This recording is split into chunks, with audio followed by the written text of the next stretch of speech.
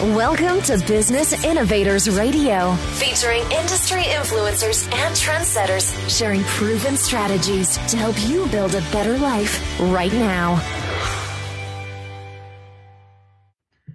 Hello and welcome to the show. This is your host, Neil Howe, and today our expert guest is Marc Joyner. Marc is currently serving as the founder and CEO at ology. It is a web-based application that doubles your productivity and your free time by simplifying your life. He is the author of a dozen books translated into 20 plus languages, several of which are #1 bestsellers, including The Irresistible Offer, Integration Marketing, The Worst Case Scenario Business Survival Guide, and The Great Formula. He's a serial entrepreneur with over 30 startups under his belt. He is widely recognized as the father of online marketing for his pioneering work in the early days of the internet. His startups include ASOP, the first ebook publishing company, ROIBot, the first online ad tracking company, and First Client SaaS. SearchHound, the second pay-per-click search engine years before Google, as well as StartBlaze, the first ever traffic exchange system, which was the 36th most visited site in the world 6 weeks after its release. Wow, Marc, very happy to have you on the show. How are you doing today? I'm great. Thanks for having me. Well, let's get right into it. There's a lot that you've done. You are the pioneer of online marketing. I know you were one of the first names that I came across when I was getting into online marketing, and The Irresistible Offer really stuck out to me many years ago. But tell me a little bit about who you really focus on now, who your target client is, and what you hope to do for them. That is a really great question, and the answer is kind of an evolving one. I'm going against all marketing wisdom and saying that we have a product that almost everyone alive needs right now. If you tell that kind of answer to a marketer, they'll roll their eyes immediately, right. As I would if a client were to say that to me. But, we're dealing with folks who are overwhelmed with information, who are procrastinating, who are not achieving their goals, who are desperate because of that situation. That's what ology is all about. Our primary user base is filled with entrepreneurs because so many entrepreneurs know me from my past. But, we've got people in all walks of life. We've got, work at home business owners. We've got stay-at-home moms. We've got Fortune 500s, the military, the U.S. government. We've got so many people that use the app because of that wide reach of that problem. I mean, I think it's going to get worse, actually, as technology evolves. Yeah, there's definitely a lot going on. We're pulled here, there, and everywhere. And, I'm a fan of ology myself. I've been using it for a number of years, and it really does keep you straight on what's important and what needs done. So talk to me awesome. 2 or 3 of the problems that people have that ology really solves. Well, I would say problem number 1 is one that we summarize as what we call the complexity gap. And this could be a podcast or a very, very long conversation in itself, but it boils down to this. We have the same hardware that we had in the Paleolithic era, right? But the demands of the modern world require more. So we have this hardwired limitation of how much information we can have in conscious memory. There was a very important paper written about that in the 70s called The Magic Number 7 plus or minus 2 by this guy, George Miller. And what that demonstrated was that working memory averages out to be about 7 plus or minus 2, to go, 1 or 2 standard deviations away from the mean. Okay. Now, you can increase that, right? There are things that you can do, nootropics, general health and fitness. There are exercises you can do to deliberately target that and improve it. And those things are great ideas.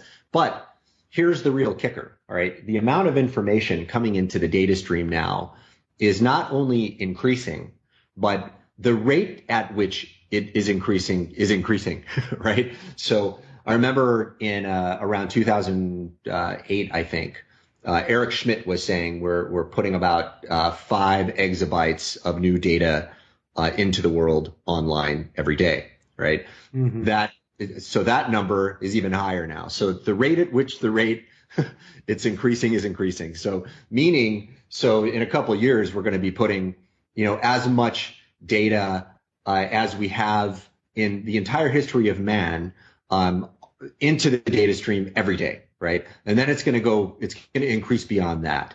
It's a very, very interesting phenomenon. So can we keep up with the rate at which all this new information is being thrown at us? Probably not, right? I mean, maybe there's some technological advancement that will allow us to stay on top of that, but we actually need a system for managing ourselves in relation to that information. So that problem number 1 is what spurs problems 2 and 3. Problem 2 is one everybody faces now, and it's procrastination.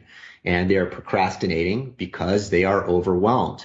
And that overwhelm is because of that complexity gap, that, widening gap between the amount of information we can process and manage consciously and the amount of information available. We could talk probably also for hours about procrastination, but I have found that is the primary cause of procrastination today, in my mind. If you fix that, and then you fix a couple other things, which we do in symbology through the white belt training very, very rapidly, you just move past that. You're no longer a procrastinator, right? So, and then the third problem, and there are actually, several other problems that we could talk about here, but another one that's quite common is that people just feel a sense of despair because they're not achieving their goals when they're procrastinating. It actually causes a whole symphony of additional maladies in our lives. There's a lot of research to show that it causes problems in relationships. If you think about that for a moment, it totally stands to reason that it would, right? It causes depression, causes obesity, causes so many problems in our lives. So we've found that if you solve procrastination, that's a huge chunk of it. And then the next thing we do is we get people moving toward something. Doesn't have to be anything at all. A lot of people will tell you, it's got to be your passion. It's got to be this. It's got to be that. No, it doesn't actually have to be anything. I mean, look, not to disparage those guys saying that stuff. Those are useful ideas to think about. But what I've found is that if you're moving forward toward anything at all, it has a stabilizing impact in your life. The great Maxwell Maltz said, try balancing a bike that's standing still. You'll find it's very, very hard. But if you try to balance a bike that's moving forward, it's pretty easy. A little kid can learn to do it. And once they learn it once, it's, they can continue to ride a bike and they never forget, right? So we need that stabilizing force that is positive motion toward a goal. Yeah, definitely. That's a great analogy there with the bike.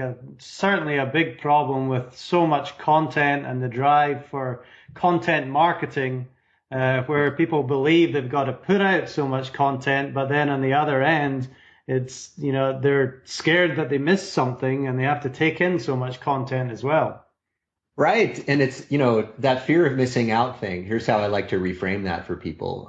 If you believe in an infinite universe, and I don't know of any evidence to indicate that it's not infinite, right? Every time science learns something new, we learn not only that the universe is bigger than we thought, but there are more layers, right? God, I'd love to have a conversation about that. So much evolution of scientific knowledge. But here's the thing. If the universe is infinite, you're always missing out on everything. So you got to let that go, man. And it's the funny thing. Everybody's like, oh my God, I didn't watch that last debate. I didn't hear what that person said about what Trump said or blah, blah, blah. I mean, my goodness, it just doesn't end. So you got to learn to be present in the moment and, focus on what's important to you. The trick is, how do you know what that thing is for you? Well, take me through the white belt training, Mark. What exactly is the process there and what does it do? What is the end result of that white belt training? Awesome question. So the end result is that you will, in the first 48 hours, you will start getting done twice as much. And I say that very confidently. In fact, I think you'll probably get done a lot more. The reality is most of the people that I talk to who actually do the work, they start getting done in a couple of hours a day what they used to get done in a week, right? Because most of us are actually hopelessly dysfunctional throughout our days. We're doing very little real work, right? We're pretending to work, and we're doing a lot of busy work, and we're doing a lot of nonsense and checking things and reading stuff and research, right? But none of it's actually moving us toward our goal. None of it's really meaningful, right? So that's the first 48 hours. And we actually repeat the same training over and over and over again during white belt so that it becomes habitualized, right? Because if I just tell you this stuff once, you'll go, wow, that is an awesome idea.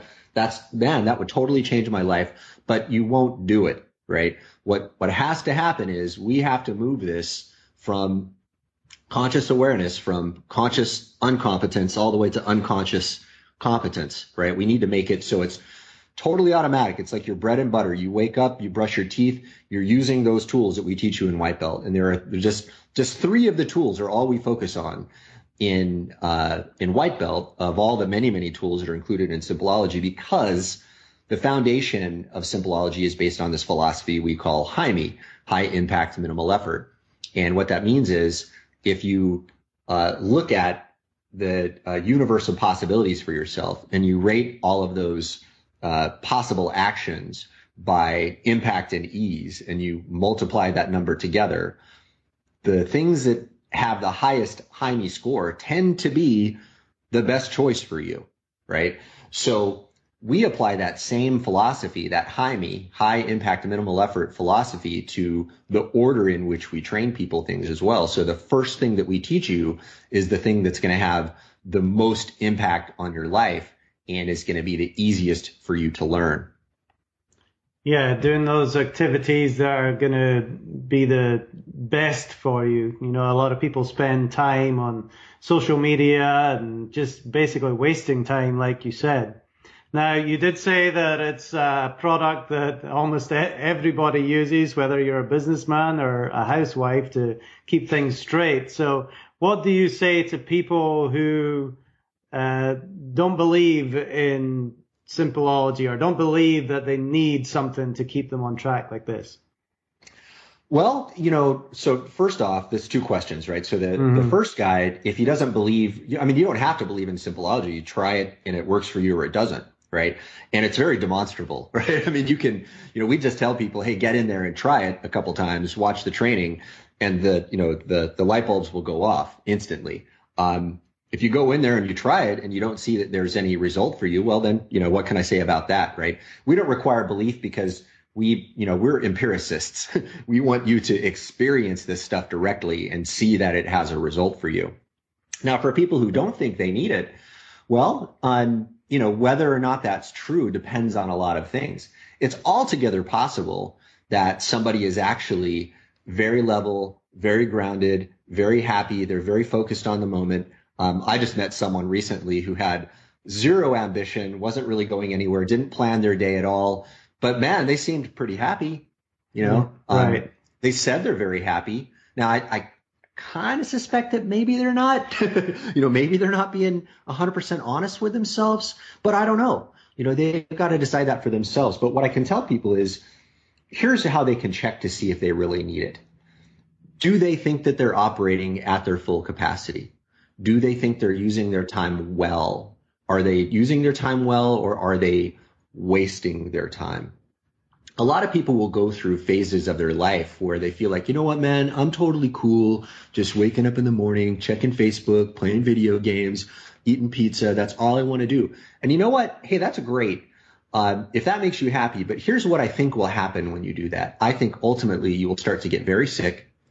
You will become very apathetic and depressed. Why? Because you're putting the wrong inputs into your mind and you're not moving towards something, right? And you're also, doing a lot of really unhealthy things there to your body, right? I think there are total consequences to how you live your life. And I found, for me on a personal level, when I start to drift like that, as Napoleon Hill says in this fantastic book that a lot of people don't know about called Outwitting the Devil. It's a It was an unpublished book of Napoleon Hill's for many years, recently came out a few years ago. And he talks about people drifting, right? And it's drifting off course, and that's what most of us are doing. We're drifting. We're not moving towards something. We're not purposeful. But when I'm purposeful, when I look back on my day and I know, man, I was just on today. I did everything right. I got out in the sun. I moved my body. I trained really hard. I got a lot of work done, a lot of meaningful work that moved me toward the thing that I'm moving toward in my life. When I go to sleep that night, I feel so good about myself, and the rest that I get that night is so restorative. And the next day when I wake up, I feel so much better, right? But when I drift during those days, I don't feel so good about myself when I sleep, and my sleep is not so good. And then that starts to snowball into a worse day the next day. So I believe that this is, pretty much everyone. But of course, this is individual. Only the individual can know. And this is not only about getting stuff done business-wise as well. You are saving time to do other things in your life. It's not only about sitting down at your computer and trying to get things done. What do you say to the people who say, I don't have time to plan, I got to get to work right away? Yeah, and I totally understand that, because I'm the kind of guy who doesn't have the patience to sit down and plan either. I want to do real stuff, right? But the thing is we need our super egos, our higher levels of awareness, whatever it is, that's going on in our neocortex, however we want to analyze that larger, wiser brain that we have access to. We need that to direct us. It's like the difference between strategy and tactics in the military, right? Tactics are what you do in the moment. Strategy is this larger decision matrix that you put on all of your actions so that you can guide yourself into good decisions when you're down there in the trenches, when your sleeves are rolled up, when you're in the fight. Because, see, I do MMA fighting is sort of a good, fun challenge for myself. And I find it a great path of personal development. And one thing that you start to learn when you get into the fighting arts is that you can't think a lot when you're in there in the fight, right? It's like Mike Tyson said, everybody's got a plan until they get punched in the nose. Right. Yeah. And to that guy who says he doesn't have time to plan, I would say, well, you're getting punched in the nose all day, and you're not really able to make good decisions most of the time throughout the day. So what you've got to do is you've got to bounce your possible actions for that day against the direction to which you're moving, which is one of the things we teach in Yellow Belt, I believe. It's simple ology, and it's getting you goal oriented and moving something so that you can use that as a decision tool when you're deciding what to do that day. And when you do that, the beauty is that the rate at which you move toward the thing you're moving toward increases tremendously, and your results improve tremendously as well. Yes, it's definitely all about results, getting things done. Now, Marc, tell me a little bit about your background. Now, you're all into the psychology of the mind, and I've heard you mention Maxwell Maltz as well as Napoleon Hill. Who have been your influences as you've gone through your life to the stage to where you are now?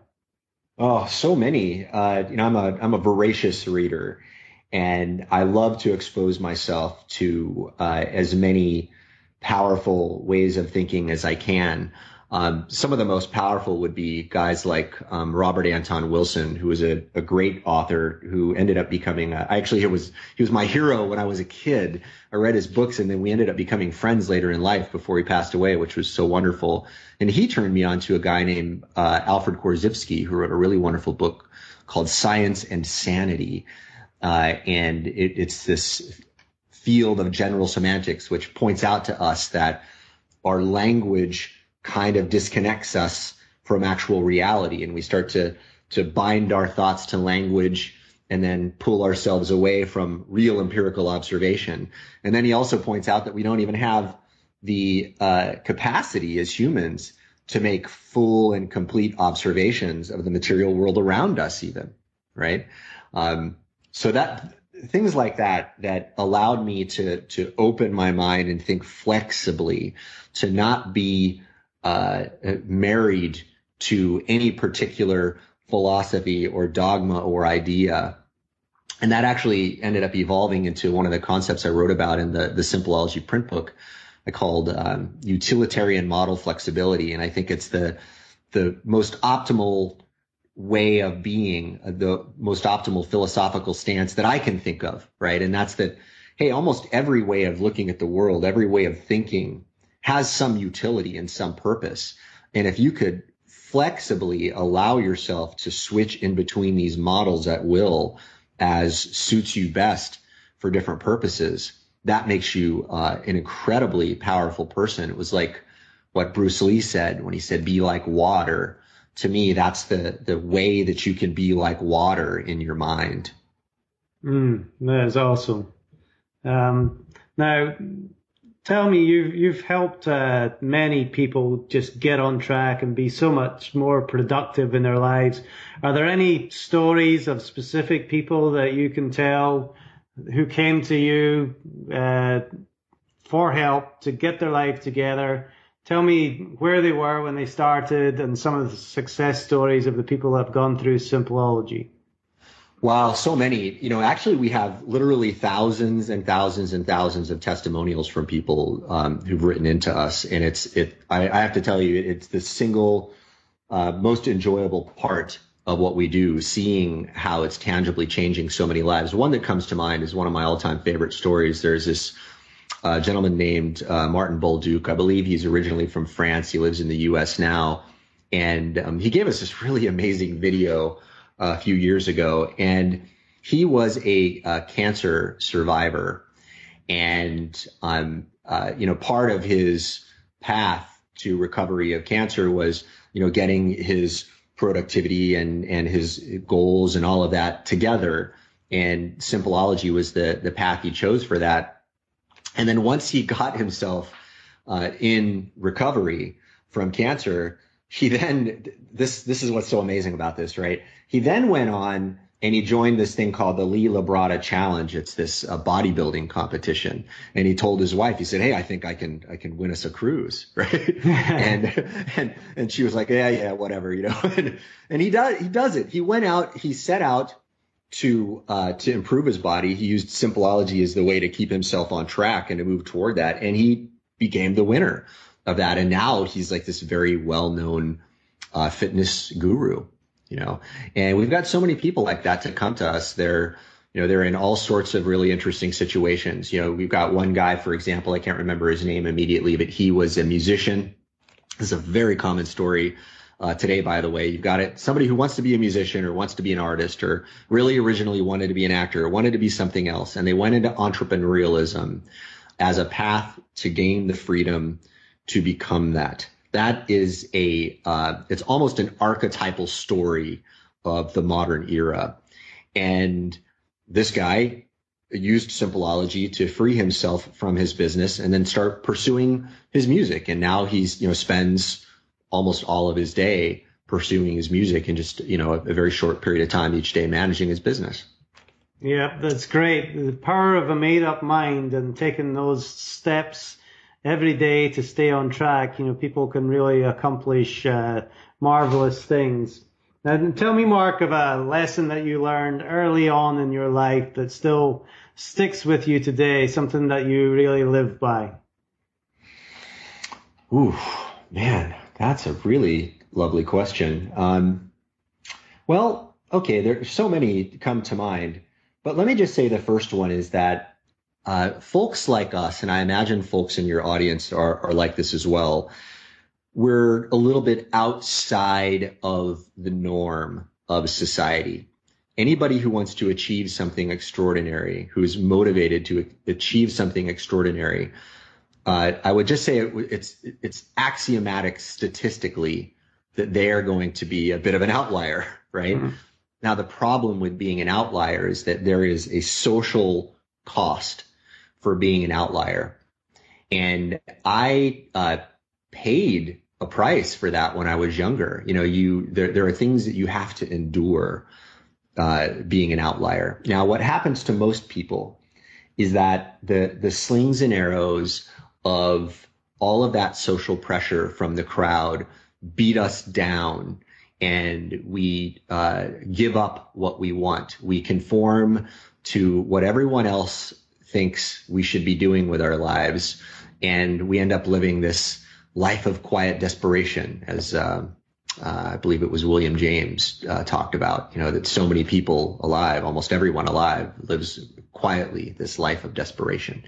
And that's what happens to the statistical outlier in this world most of the time. Well, something happened to me at one point where I realized that, okay, I have to make a choice here. What is more important to me? Is it the acceptance that would come from conformity, or is it actually achieving the things that I know in my heart I must achieve for whatever reason? I'm here in this moment, in this life. I know there are things I have to do.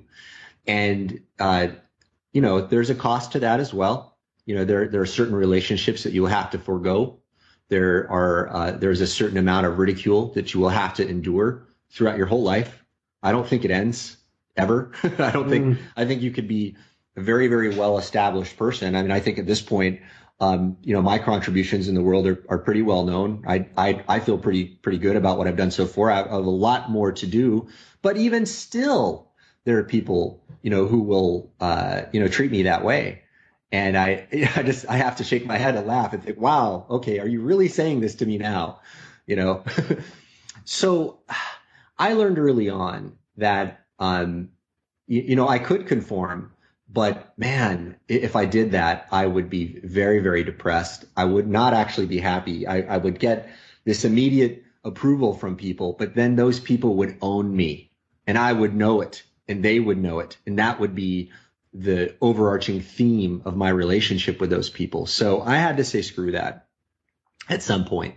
And I know that everybody listening has got to be resonating with this on some level, because I know people like us are in this situation.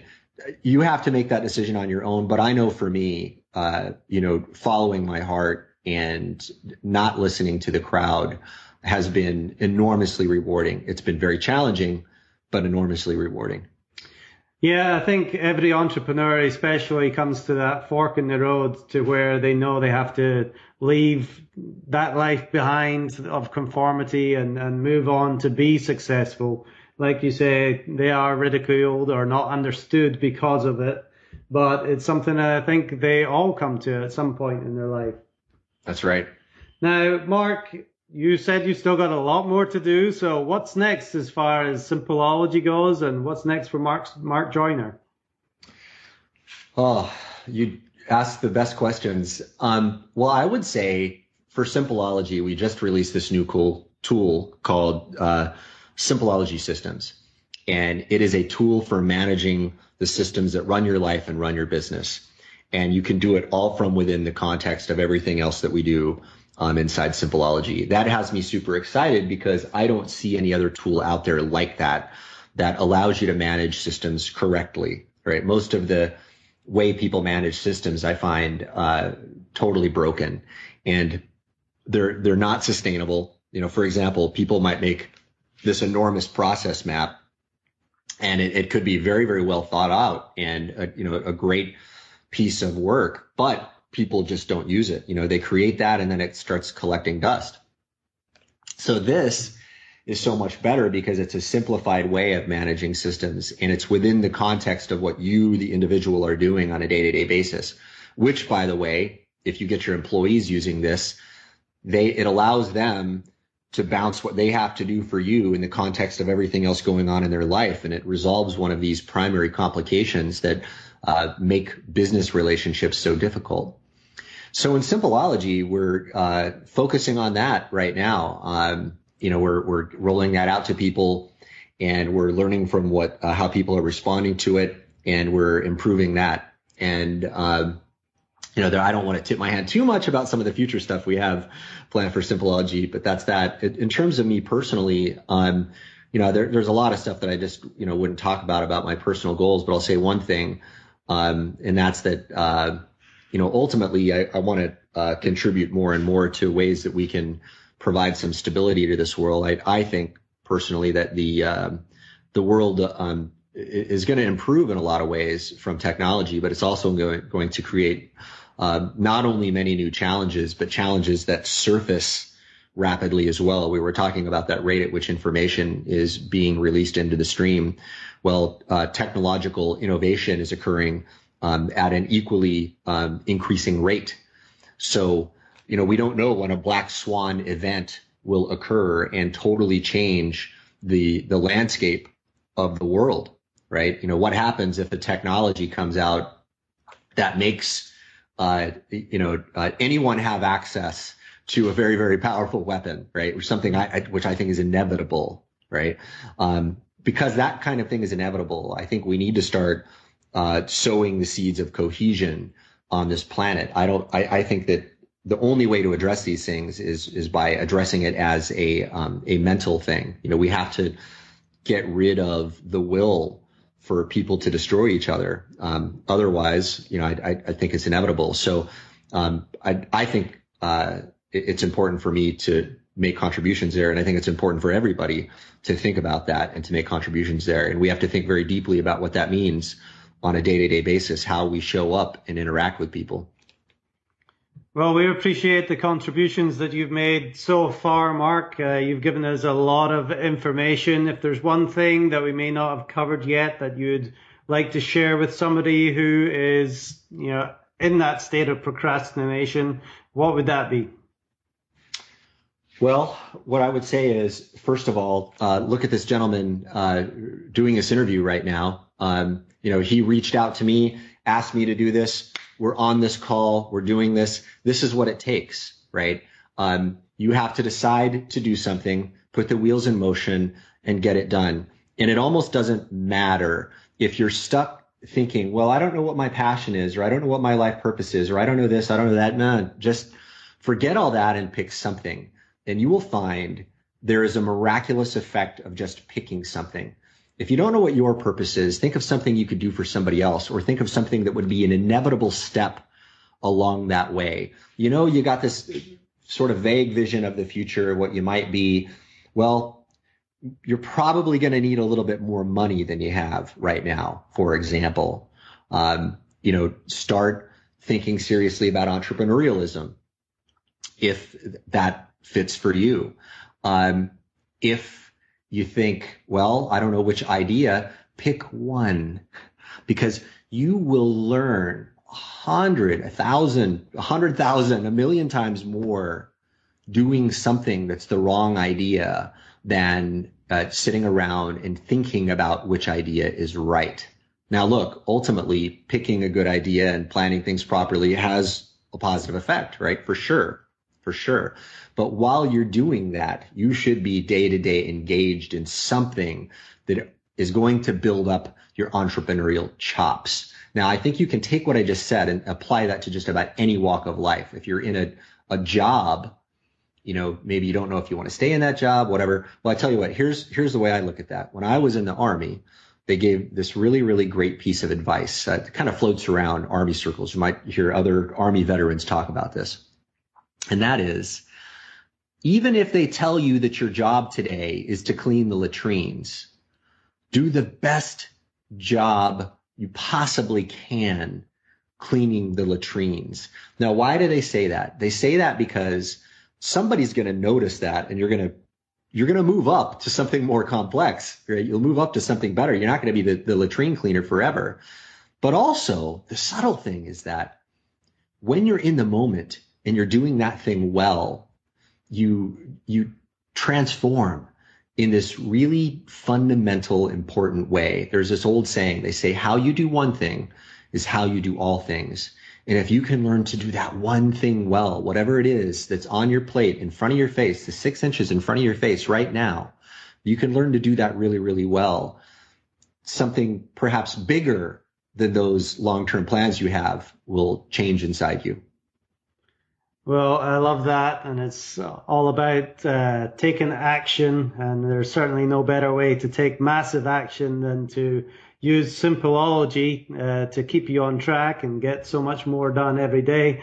Marc, how do people find out about you and simple ology? Where do they go to connect? Well, if they go to simpleology.com, that's simpleology.com, simpleology.com, they can go in there and set up a trial and check it out. And again, immediately when they log in and get started, they'll start that white belt training.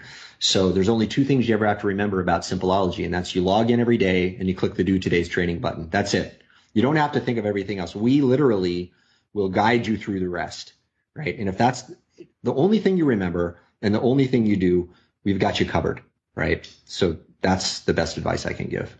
Exactly, and it's all about habit. I'm a user and wouldn't do without it.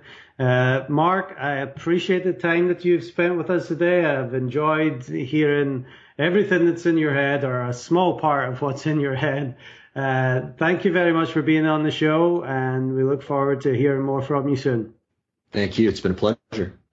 Well, to our listening audience, if you like what you hear, hit that like button and share, and we'll see you next time on the show.